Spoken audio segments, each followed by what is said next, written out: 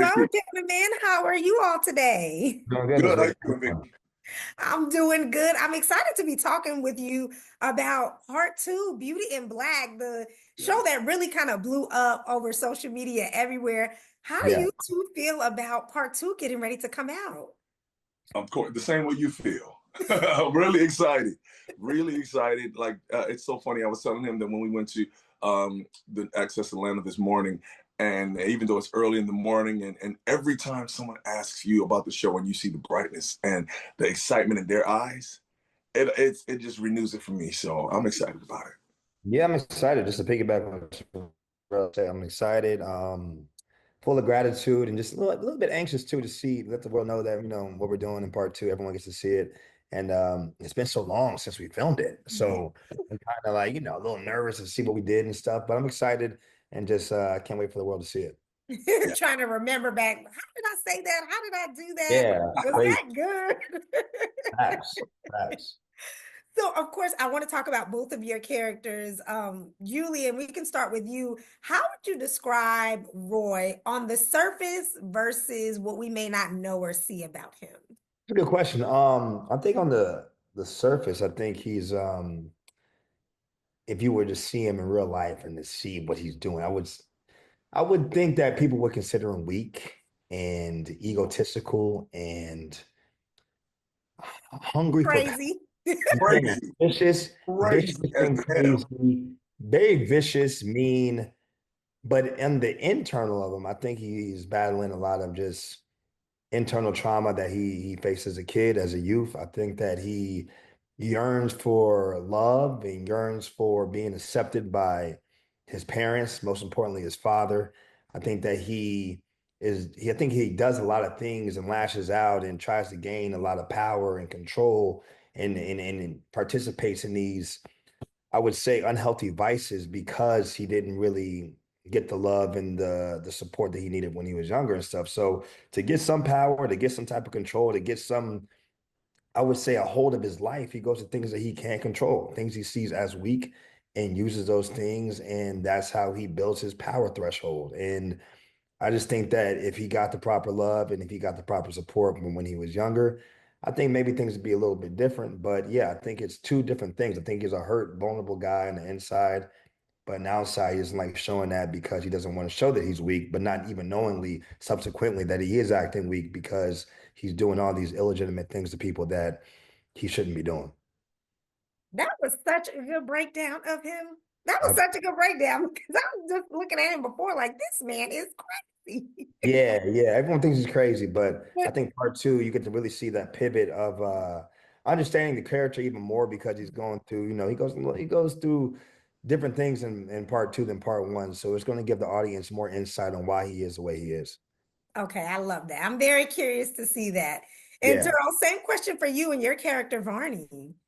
Well, I think that with Bernie, what I love about it is I'm so happy that Mr. Perry was able to give me an opportunity to play a character that could come from a real place and a place that you don't often see on TV with an LGBTQ community character, to where he's not just somebody that's going to be the entertainment of the show, or living in a fantasy world where he doesn't have these dramatic experiences and living and having to hide the real life because he's looking for acceptance from other people, and this guy is just like anybody else, and he's played by me, so I'm 6'5", so he's also intimidating. He's not going to be the person that you're going to just punk off, Yeah. but Bernie's dealing with everyday life just like everybody else does, and I'm glad that he's able to show that. And sometimes with my character, I think he's fools himself to say that he's, I'm comfortable being who I am, but I can't because of my job and all these things. And that just is another, another thing about him that kind of mirrors everyday life in society, that, why should this man have to live his life in secret? Why? But for some reasons, he chooses to. And looking at Barney, it just shows in part two, you'll see he sees his strengths and his weaknesses, that are bigger than he thinks they are. And it all comes, to light in part two, and, so on. I love that we get to dive into part two and get to explore the depths of these characters even more because there's so many layers, not only to the show, but to these characters. So I'm sure that'll be entertaining. Um, Yes. part one came in very wild. I'm sure you Yeah. saw all the comments and the memes that came from the show from Norman's wife getting hit by this car, her legs crooked in the road, to the VIP car park scene. I mean, it was a lot going on. But I would love to hear from the two of you. What was maybe one of your favorite scenes to film in part one? Julian, you go ahead. My favorite scene in the film in part one.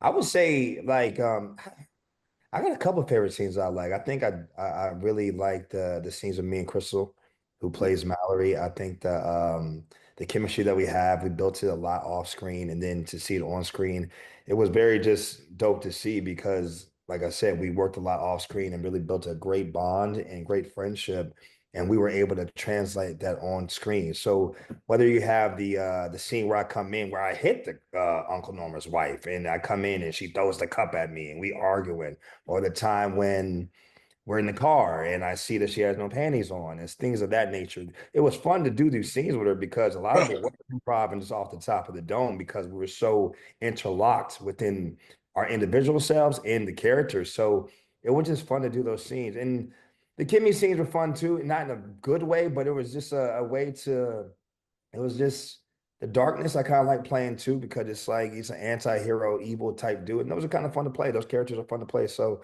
really just I like playing Roy in its entirety. And it's great to play the guy.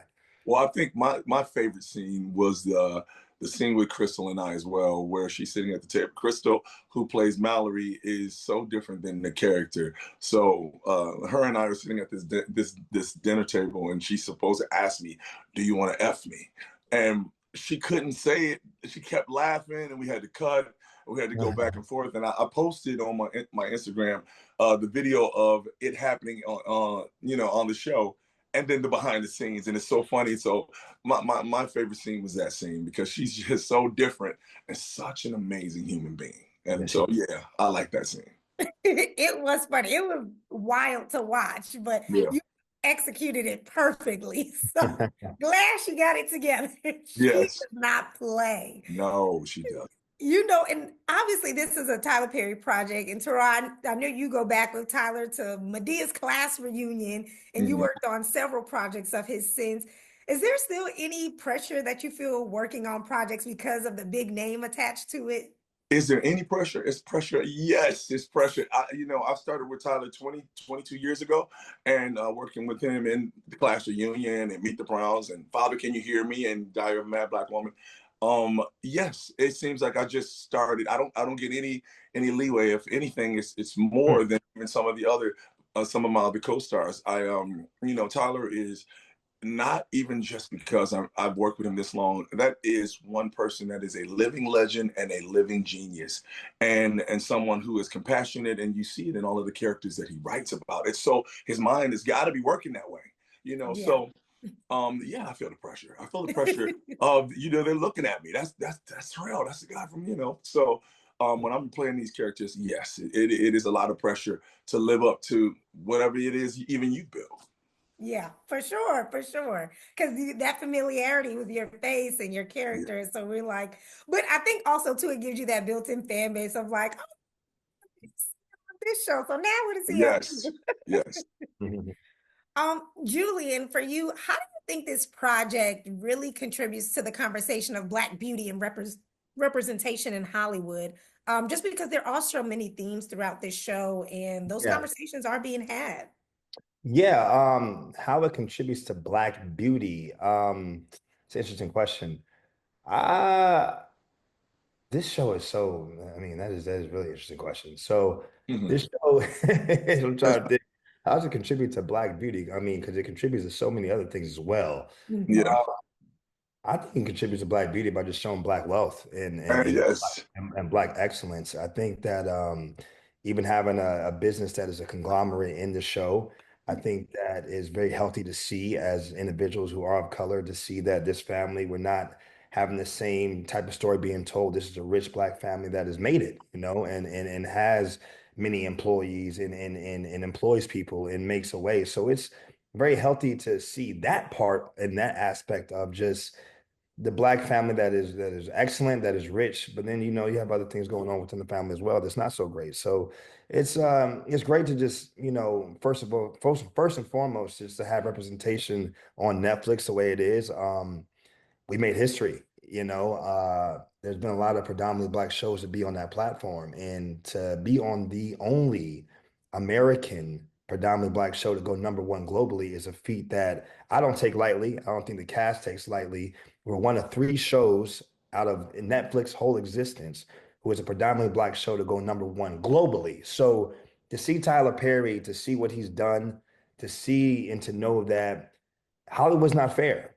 And Hollywood has a lot of biases. Hollywood has a lot of rejection that we have to face as people of color. So to know that we have a show that transcended like just different things that we haven't seen before is just a blessing, and I'm grateful for it every single day. Because when we went #1, it was so interesting to see that we're #1 show in all the other 9 shows were white shows.